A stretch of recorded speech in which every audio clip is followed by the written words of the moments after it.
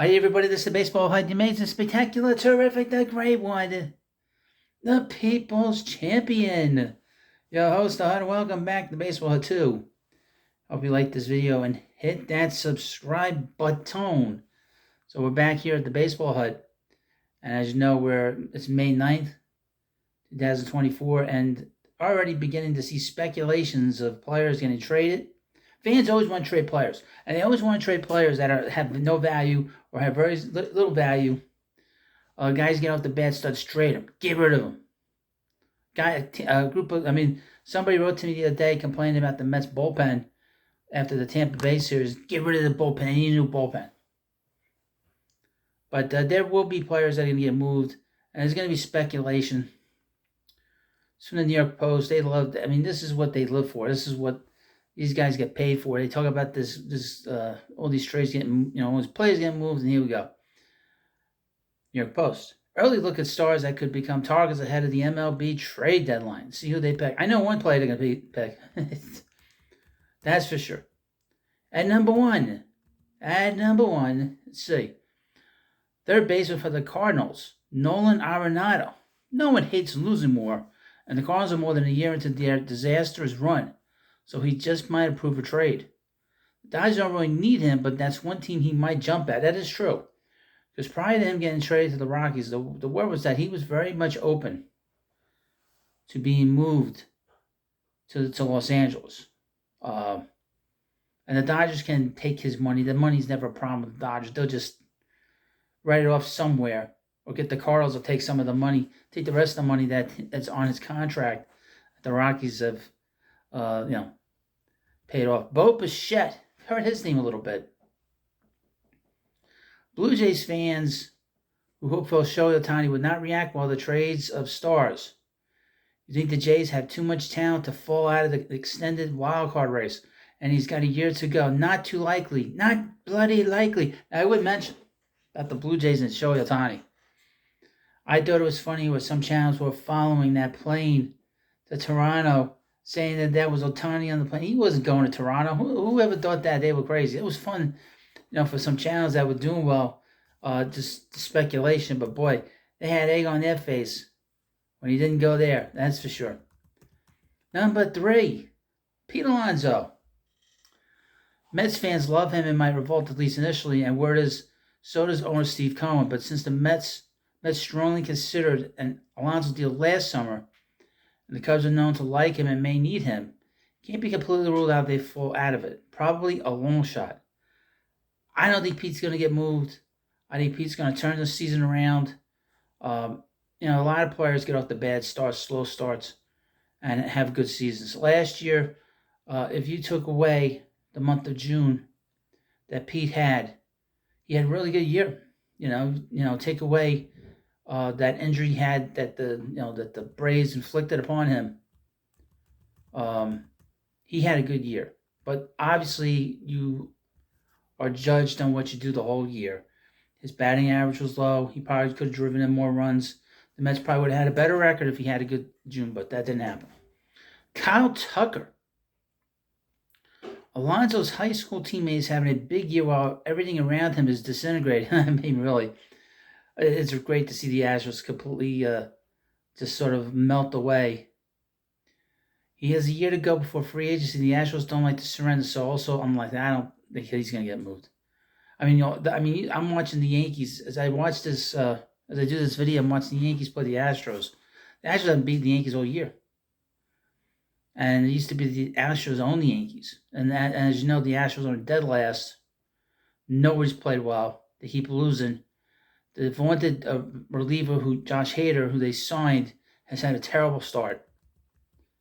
And I don't feel sorry for them. I don't think anybody feels sorry for the trash-canned Houston Astros. That's for sure. Next up on this list is Vladimir Guerrero Jr. Big market Jays won't give up easily, but at some point they may need to consider whether this group is going to break through. They've not done that. Now, Guerrero being on the market is interesting because, as you know, so is Pete Alonso, and they're going to have the same value. Just to sort of, and Guerrero's not nearly as good as Pete, and Guerrero's not nearly as good as Paul Goldschmidt when Goldschmidt was traded. I would mention that, again, any move for a first baseman, you're not going to get much value for a player. That's a first baseman. Number 6 on this list, Luis Robert, one of the game's most talented players, is expected to return sometime in mid-May from a hip injury. The White Sox trade ace Dylan Cease, but this will take even more guts and a greater return as the team holds option years at reasonable rates beyond the guaranteed 2025 season. I mentioned about Cease. He's pitching great for the Padres. Jesus Luzardo. He threw 5 2/3 innings in a recent rehab game, and if he's recovered, decent chance he and other top Marlins go. He'll get moved. I mean, if he's healthy with his elbow, he's going to get moved. Justin Verlander, who had to pitch better than he did Tuesday night against the Yankees. They bombed the hell out of him. As a full no trade, but the guess is he might accept L.A. or close to his hometown in Baltimore. I think Baltimore would think about doing that now that they got a new ownership there. Number 8, Alex Bregman. Free agent after the year, so it makes sense. But he's having a terrible year. I don't know what team would want to give it. I know that the rumors the Mets would sign him in the offseason, but I don't. If he's having 2 years in a row, which is not very good, they're not going to do that. At number 9, former Met Michael Conforto. The ex-Met is hitting well in a tough park. 128 OPS plus for the disappointing Giants. I would mention the Yankees lost to the Astros, so the Astros finally beat the Yankees this year.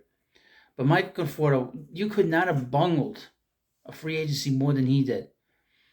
Prior to the 21 season, the Mets offered him a 5-year, $100 million contract. He turned it down. He played this season, had a terrible season, went into the offseason. Mets gave him a qualifying offer. He turned down the qualifying offer. Couldn't find a deal. We had a lockout. He was working out on his own. Hurt his shoulder. Couldn't play. Didn't play all 22. Then he signed a lousy deal with the Giants, and you could not have screwed up a free agent worse than he did. Number 10, Mason Miller. I haven't mentioned that much. The would-be nomadic A's, also known as the homeless A's, are a nicer story. Mason Miller's velocities hit 103.7 miles per hour. It's part of it.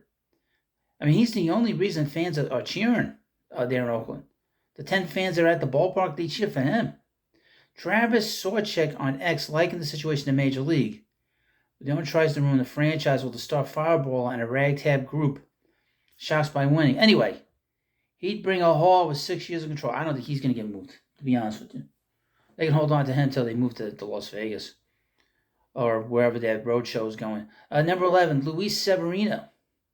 Mets could have a darn good sale if they're prescient short-term signings. JD Martinez, Jose Quintana, Shomanaya are among other logical trade candidates. I would mention about some of these starters. The Met pitching is starting to bubble up to the surface now. Okay, all their young starters. We've seen Christian Scott in the Met rotation. I don't think he's going anywhere.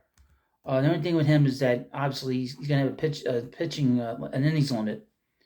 But there are other guys coming to the system. Dom Hamill, Tyler Stewart, Mike Vassal's pitched poorly, but if he turns it around, he'll be in the big leagues. I was surprised that Scott had gotten up so quickly. I figured that would be Vassal, but the Met starting pitching in their system is bubbling to the surface. And these guys are going to be better than some of the guys they have in the rotation currently. And with Cody Senga coming back, I could see a situation where the Mets trade some of these guys, in particular Quintana, to put a younger pitcher in the rotation. I would mention the Mets are going to go with a 6-man rotation. But these are some of the names. Let's see the last name on this before we end this video. UC Kikuchi. If the Jays start trade, they may as well go all out. Kikuchi has a 2.72 ERA, is one of their brighter spots. He's got one more year in his contract, I believe, or he's a free agent.